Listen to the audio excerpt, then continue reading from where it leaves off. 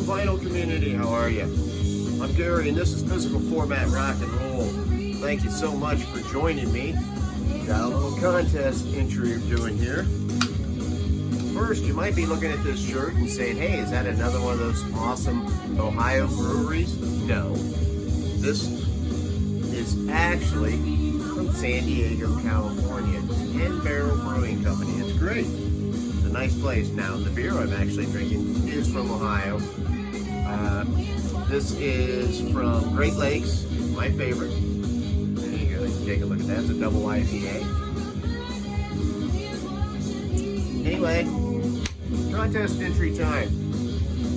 This is for Trevor over at Flat Round and Spun. Trevor's having a contest, and so I wanted to support him and enter it.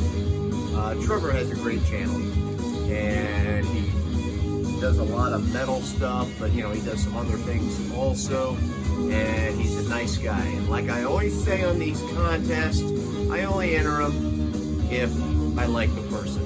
You know, all the other stuff doesn't really matter. It has to be somebody I enjoy watching and I want to support. So that's why I'm doing this, because I want you to go check out Trevor's Flat Round and Spun if you haven't already. Anyway, he has some easy questions here, and that's the way to do it. This is a great contest. First off, you have to subscribe. I'm already subscribed. I'm a card-carrying member of Trevor's fan club. Number 2, show the first album that you ever bought, that you can remember buying, or maybe you were gifted. This is kind of hard to do, right? I'm pretty old, so it's hard to think back that far, but I'm pretty sure the first album I actually bought with my own money was The Chilling, Thrilling Sounds of the Haunted House. This, of course, was by Walt Disney. Walt Disney World says Disneyland right on there. There's the back of it. I know most of you are familiar with this. A lot of you had it. I got this in the 70s. When I was a young kid, I used to love the Halloween records. And what's cool about this one is that I can be watching something like, I just watched an old episode of, what was it? I don't know, it was an old Disneyland thing from the 40s, and it's called Ghost Chasers or something like that. And some of the noises that they used on there are on here. So this is like a collection of different noises that Walt Disney used in several of their movies throughout the years.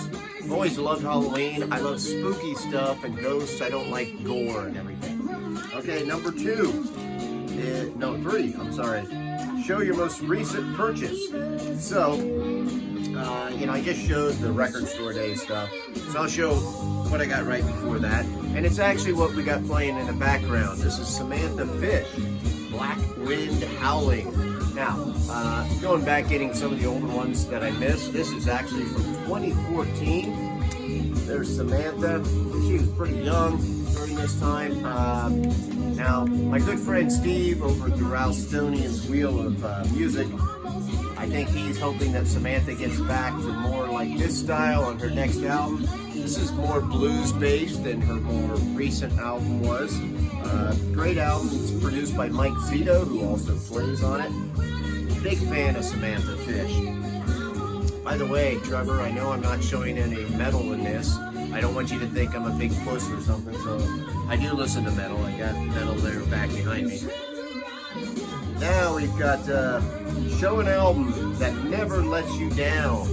Well, here's one that never lets me down from 1979, Blondie, Beat to the Beat. This is probably my favorite Blondie album. I love this album. It's got Dreaming, Shayla, The Hardest Part, Die Young, Stay Pretty, Living in the Real World. This is just a great album. I have always loved this album. I can go back to it at any time, regardless of what mood I'm in, and I will love it. Blondie has Clem Burke on drums, one of my all-time favorite drummers from 1979, Beat to the Beat. And then finally, and I love this question, he says, give a shout out to another channel that has less subs than you. thank you, Trevor. That's the way you do these. You give a shout out to somebody who has less subs than you do. I can't stand it when people name check other big channels and stuff. So this is great. This is the way you do it. I am going by one who doesn't have that many less than me, but Stoner Stashbox. That would be Dan. Stoner Stashbox, great guy.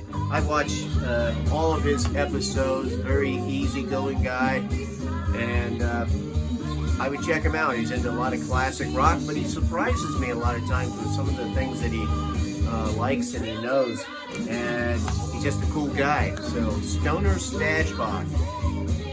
All right, Trevor, I hope you like this entry. It's a fantastic contest. I hope more people join up on this contest, and I appreciate everybody watching. I'm Gary. This is Physical Format Rock and Roll. Until the next time, my friends, go check out Flat, Round, and Spun. Trevor's Flat, Round, and Spun. I'm Gary. This is Physical Format Rock and Roll. Until next time, I will see you down the road.